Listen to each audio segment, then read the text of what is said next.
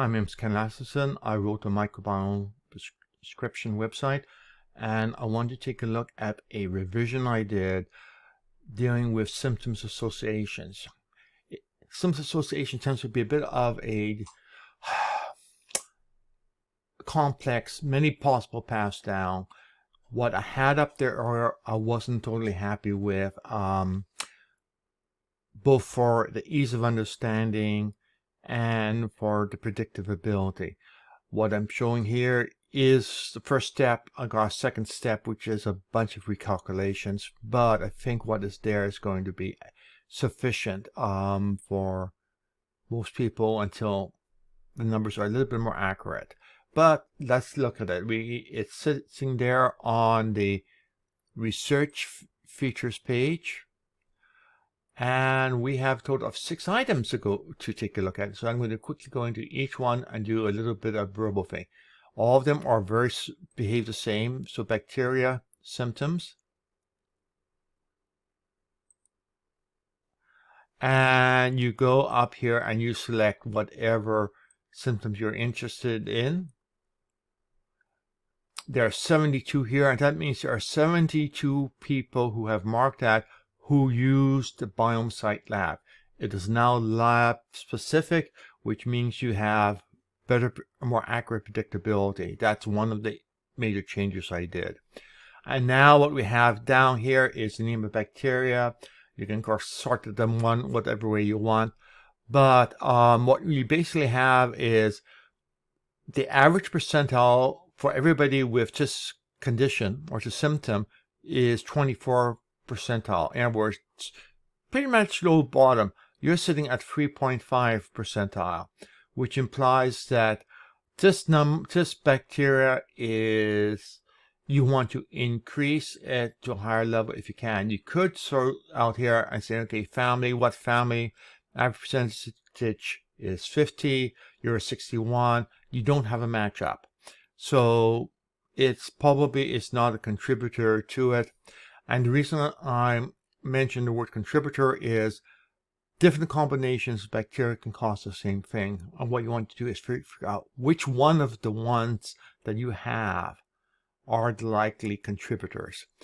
And now we go down here at the genus level. We have a good match here, reasonably matched there. You probably know not an issue here. Here you definitely have an issue.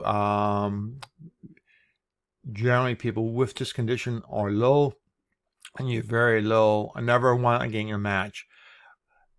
Basically it isolates it so that people in the average percentile has to be over 70th percentile or under 30th percentile for it to get listed there, which is why we get exactly 12 items there.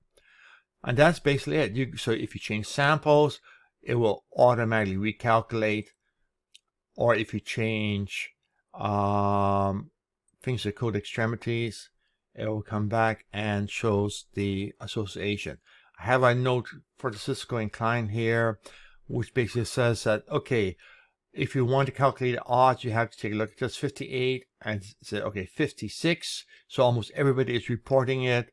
And then of the people with the symptoms, and their average 21 percentile, U2.43, which means that this particular bacteria is very likely. And of course, if you click that, it will take you over into what we know about it, and what we know will change it, etc. So in this case, you probably want to increase it rather than decrease it, and therefore you have some things, only 2 items, saccharin and iron, are the only items known. So going back to the research menu, end products is using the older ad hoc collecting information, but it's sort of good. It can be for things such as problem remembering things.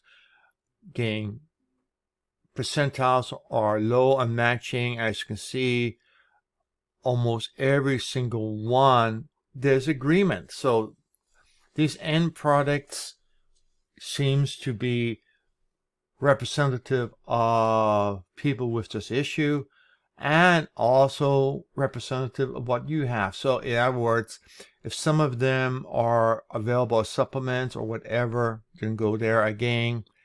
You can go over and click through for more information. So that's the end product. That is ad hoc collecting of data on the internet. It's ad hoc. I don't have the greatest amount of faith in it for reliability, but it is an insightful thing. Medical condition is an oddball because basically what it does is it sees how close you are to a particular condition. The average person sitting at the 26th percentile. Remember, 100 percentile means this is likely. Everybody in this particular group, which is age group, 30 to 33, has very low, much lower than average risk of deep vein thrombosis, which is to be expected. You're sitting at 0, so you are definitely unlikely to have it. Small intestinal overgrowth, your percentage is 71. The average for people in your age group is 25, so you may have SIBO. It's a possibility. So that's there. Again, you need to think about the numbers and what they mean. If you have the same number of the average, chances are for medical conditions, it's probably not a factor. If you are way higher than the average person average person with just symptoms, you have definitely increased odds. And if you are lower, you probably have much reduced odds. Okay, let's go back. Here we get into KEGG enzyme, which is looking at the genes of the bacteria. We don't have 100% information, but we do have a reasonably good amount of it. So we go here and voila, you can see where things are reduced and how many entries. We have 122. Some people will be huge, some people won't be. Again, it's trying to match up your pattern to the pattern here. In general, you want higher numbers with possible. Let's take something which we have a difficult paying attention for a long time. And then we have 122 items still. So lots of items there and complicated relationship. So it's sort of indicative of what's causing it, and fixing it is not that straightforward. But it does give you insight, or the intent is to give you insight. Okay, compounds produced. And here we have just 72 for that age. Let's try unrefreshed sleep.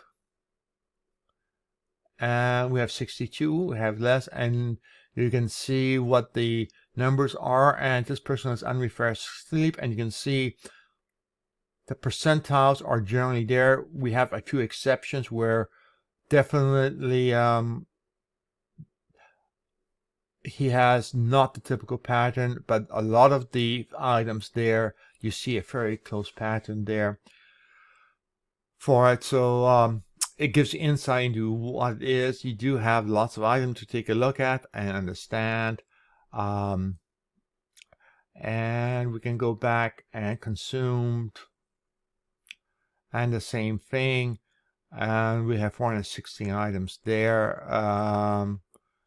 Let's take a look at